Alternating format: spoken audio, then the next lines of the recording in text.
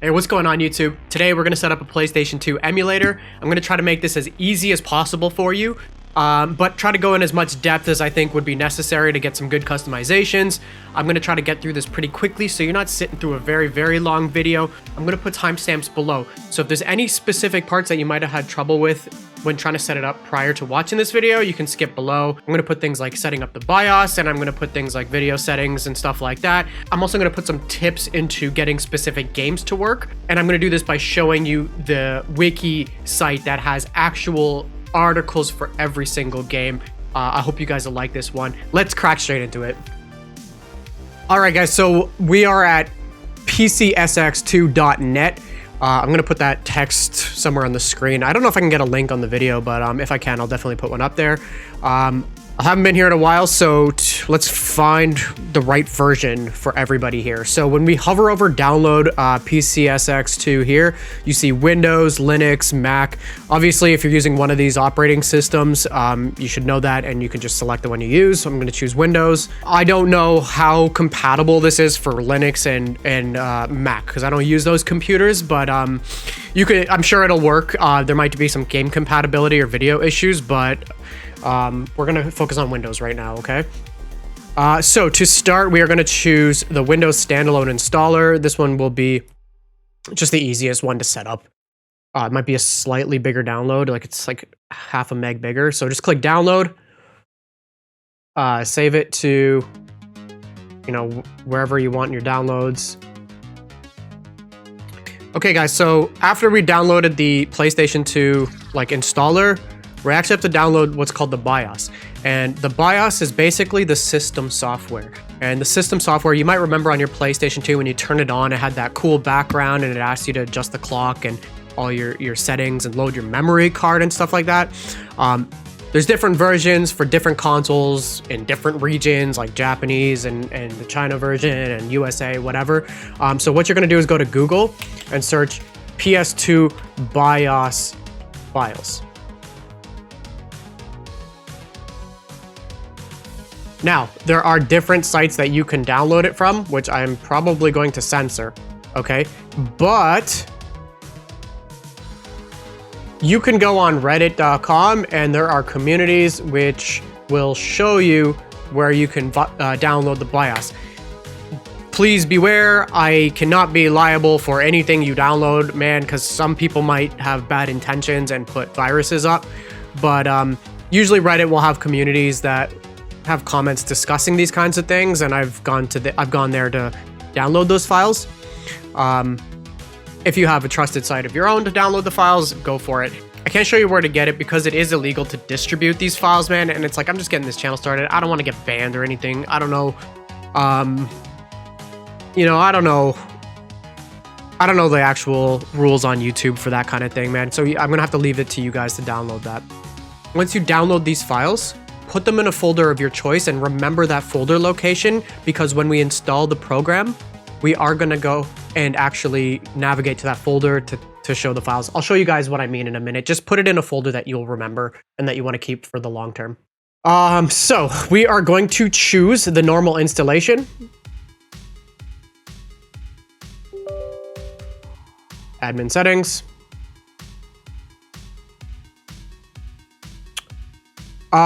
If you want shortcuts, you can leave the check marks in.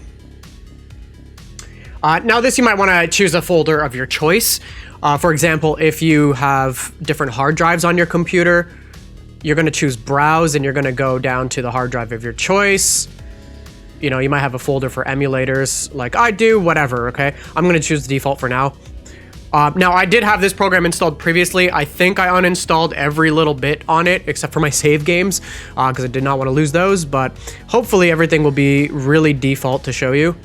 Choose install and run it. And yes, good. I got the first time configuration like you should as well. If you have a language of your choice, you could probably leave it as system default, but whatever. Choose your language. And here we basically have everything we need as default. Everything should be fine to leave default. Cool. Next.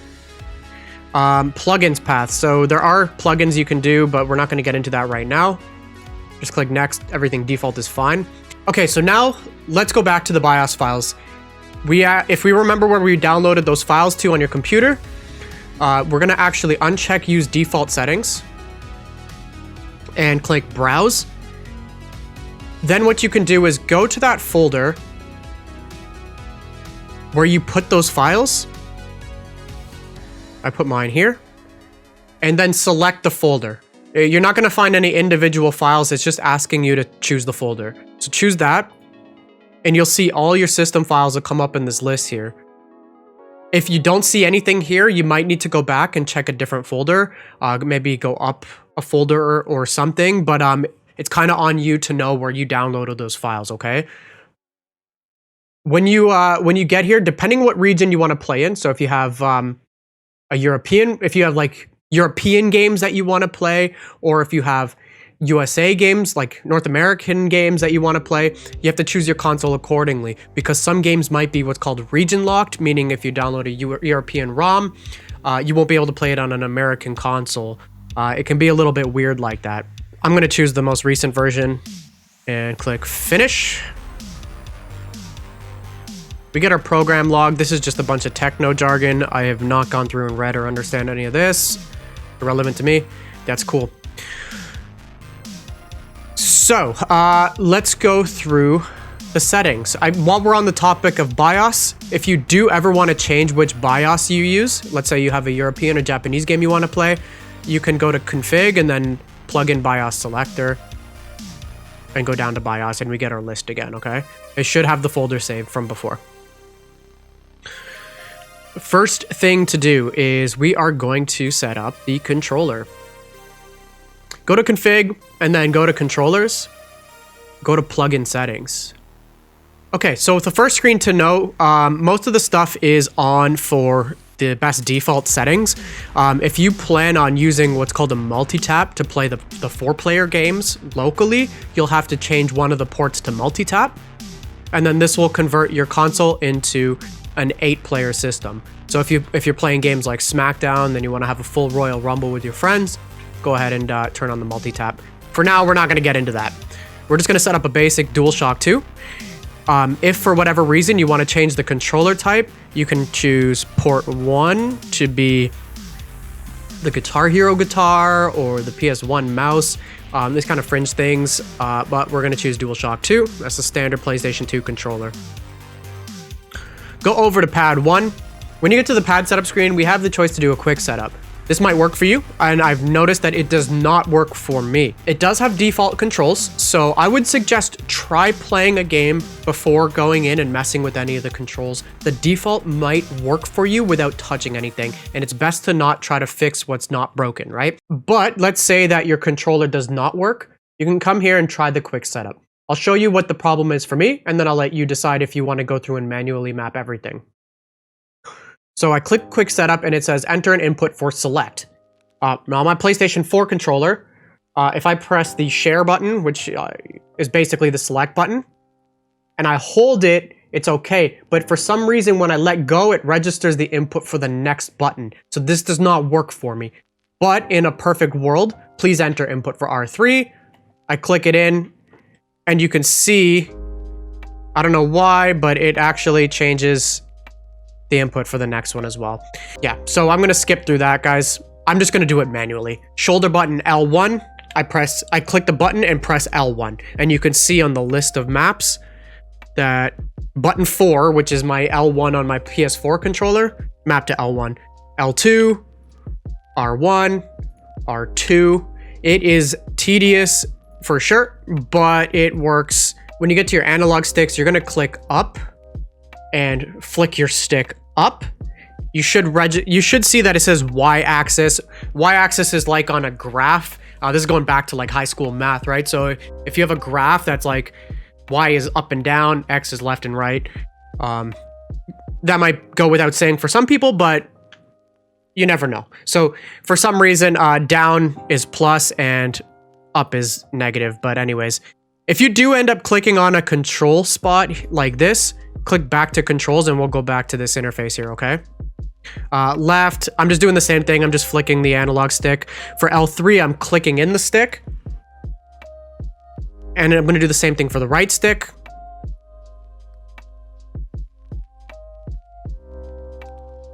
Face buttons, triangle. You know, you just you're clicking it on the screen and just pushing the button on the controller. Of course, just like every other button here. Select, start. You do not need to worry about the analog button, okay? Or the mouse button. You can leave those two. Select and start will be necessary though, okay?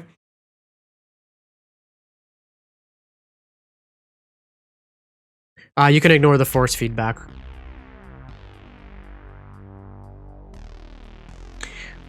So here, this is interesting. So maybe I should have put this at the start, but this allows you, let's say you have like 4 different controllers plugged into your PC.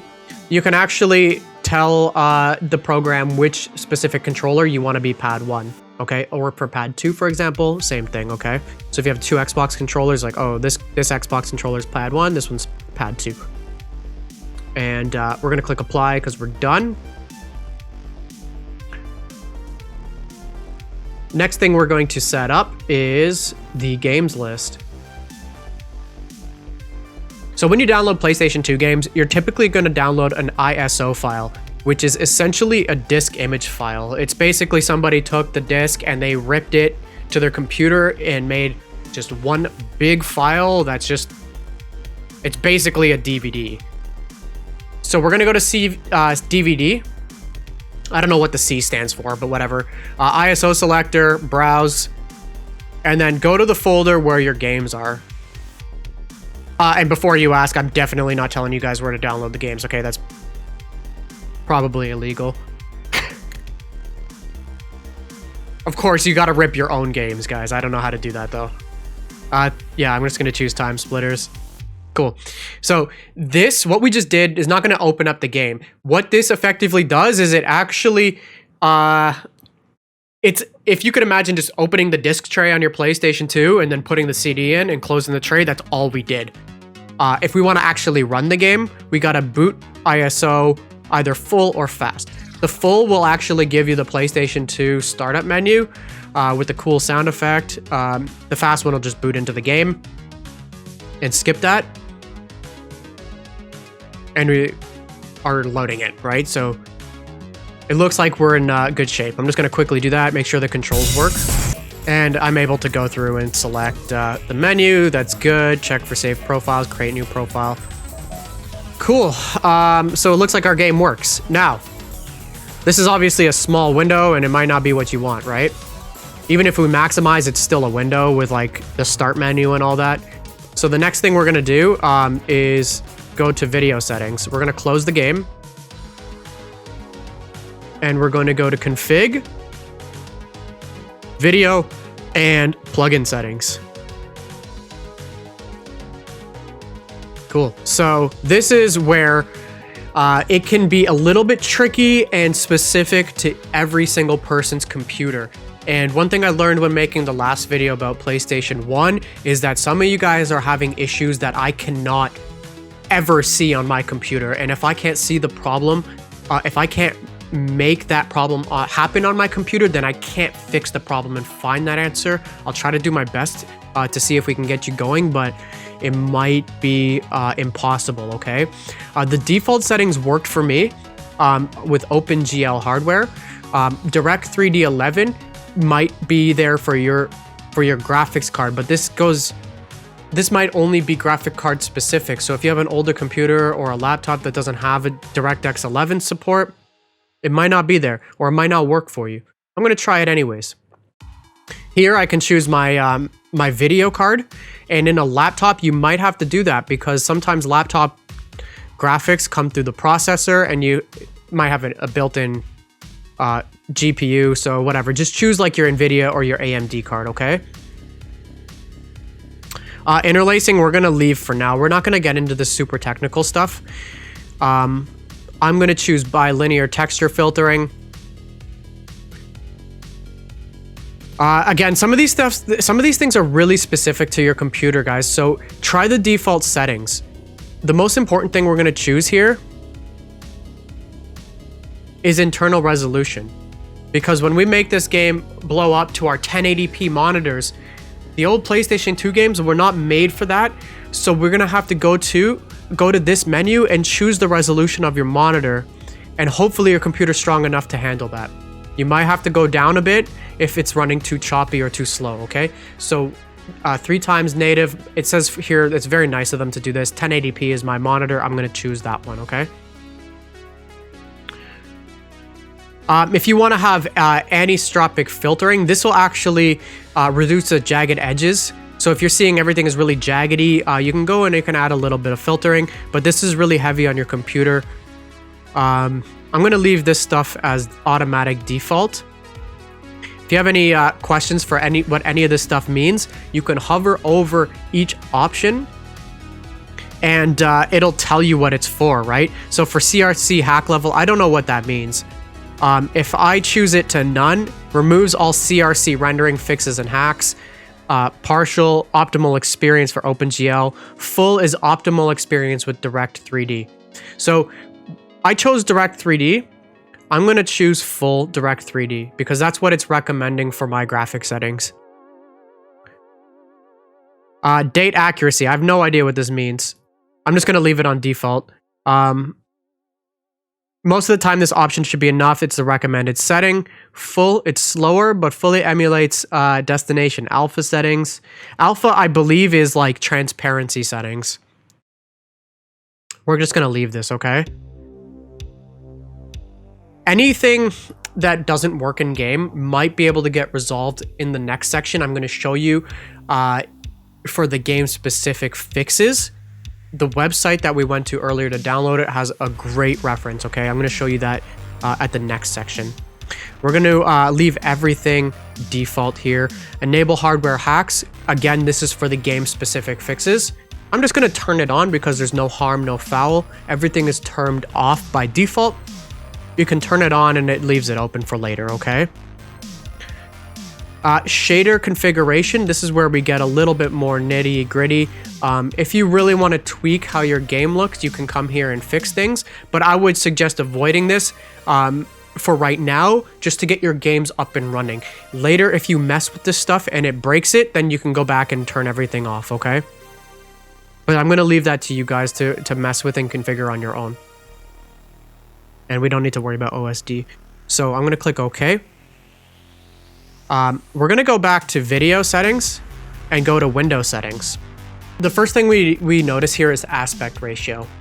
PlayStation 2 originally had all its games in what's called 4:3. That's because all TVs and monitors back then were a square shape instead of a rectangle like they are now. Well, I know it wasn't a perfect square, but it was much more square.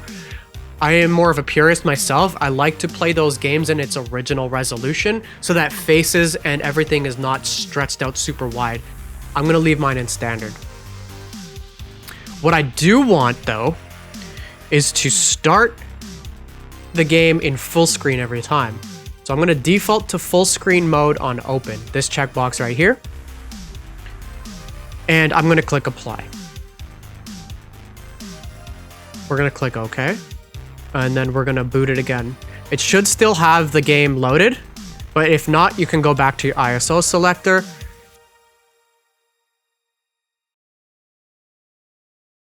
This is going to reset the machine. That's no problem.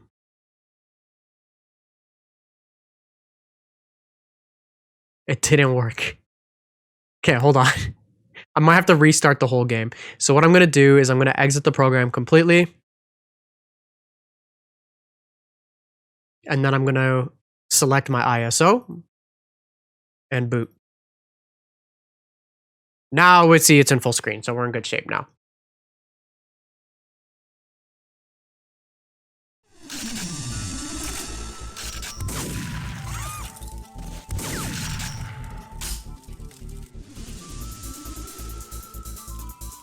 Okay, we're good, we're good. The controls are inverted, but that's the game. Look how small this guy is. Okay, I'll stop playing. Okay, guys, let's get back to it. It was a really fun game, though. I definitely recommend Time Splitters, too, if you haven't played it before. You can just hit escape to close your game, okay, guys? So, what I want to show you is a broken game. Okay, so meet up at the Okay, cool. So we're loading in, and you guys can see this green junk on the screen, and the characters are killer. like, you can tell this is not Gun. This better not get what it's supposed to be, even if you're not familiar with this game, right? Like, this is just broken. It's not good. It's not good. Okay, so how do we fix this, man? Because I gotta teach you guys how to help yourself. I can't tell you how to do every single game. That's absolutely not gonna happen. Let's go back to this website, PCSX2.net. They have the absolute greatest resource on here for all of these games. We're gonna go to compatibility and check your games. This has a list of every single game as far as I'm aware. Maybe not every single game. I don't want to say that. You guys might find a game that's not here. I'm just gonna search for my game called PsyOps. I just typed Psy and it automatically filters it. Whoever made this site, like, shout out to you, man. Honestly, you're a genius. Here we can see that it's playable. It's not perfect, it's playable, right? So what would be wrong with it? If we go back to our list, most will be playable but not perfect, right?